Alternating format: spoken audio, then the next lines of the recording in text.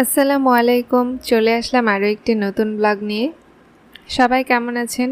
আশা করি সবাই অনেক ভালো আছেন এবং আপনাদের দোয়ায় আমিও অনেক ভালো আছি। ভিউয়ার্স, এই যে এটা হচ্ছে আমাদের বাগান, আর আমাদের বাগানের অবস্থা তো এখন দেখতে পাচ্ছেন। বাগানের আতা গাছটা কেটে ফেলা হলো। এই যে গাছের ডালপালা সব ছড়িয়ে আছে, এটা হচ্ছে আম গাছ। আর এই যে মই লাগানো আছে, এটা হচ্ছে আতা গাছ। আতা গাছে কিন্তু এবারেও অনেক আতা ধরেছিল, আর এই যে দেখেন ঝুলে ঝুলে আছে এখনো অনেক ডালপালা, মানে গাছটা বিশাল বড় ছিল একদম। এই গাছটা যখন ছিল আমরা আসলে সূর্যের আলো দেখতে পেতাম না আমাদের এই বাগান থেকে, কিন্তু এখন তো গাছগুলো কেটে ফেলা হচ্ছে এক এক করে। মনটা আসলে ভীষণ খারাপ।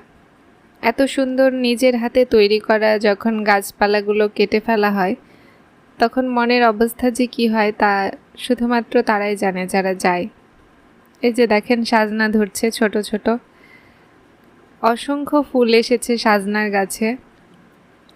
বাড়ির মধ্যেই প্রায় মনে হয় 1000টা সাজনা ধরবে। আর এই যে আমার নিজের হাতে লাগানো মিষ্টি কুমড়ার গাছ, মিষ্টি লাউয়ের গাছ। মিষ্টি লাউয়ের কিন্তু প্রচুর গুটি এসেছে, মানে পুরো ডালে থোকা থোকা করে শুধু মিষ্টি লাউয়ের গুটি। এখনও গাছটা ছোট, এই জন্য ওগুলো বড় হয়নি। আর এইদিকে হচ্ছে এই যে করলার গাছ, ছোট ছোট করলা এসেছে। এগুলো হয়তো বড় হওয়া আর দেখতে পাবো না, কারণ বাসা ছেড়ে চলে যেতে হবে দূরে কোথাও।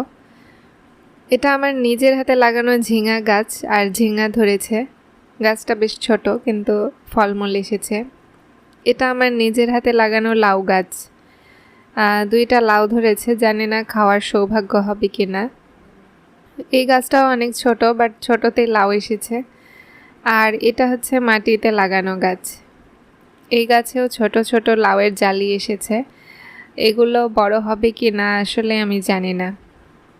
দেখেন কি সুন্দর একটা আল্লাহর নিয়ম, যে রিজিকে থাকলে পাবো আর না থাকলে পাবো না। তো দুপুরে এই যে আমরা খেতে বসেছি। আজকে আমাদের একটু ভালো মন্দ রান্না হয়েছিল, যেহেতু আজকে শুক্রবার। এটা হচ্ছে আমার প্রিয় সেমাই।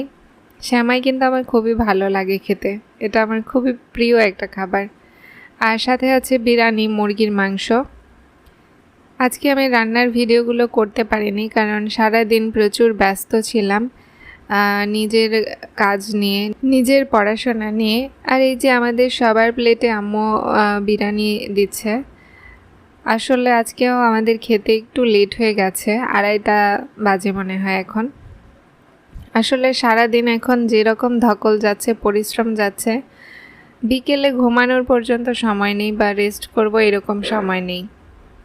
বিরিয়ানির চালটা কিন্তু আজকেরটাও খুবই ভালো ছিল, এত সুন্দর একটা স্মেল আসছিল চিনি গুঁড়া চালের, খুব সুন্দর একটা গন্ধ বের হচ্ছে।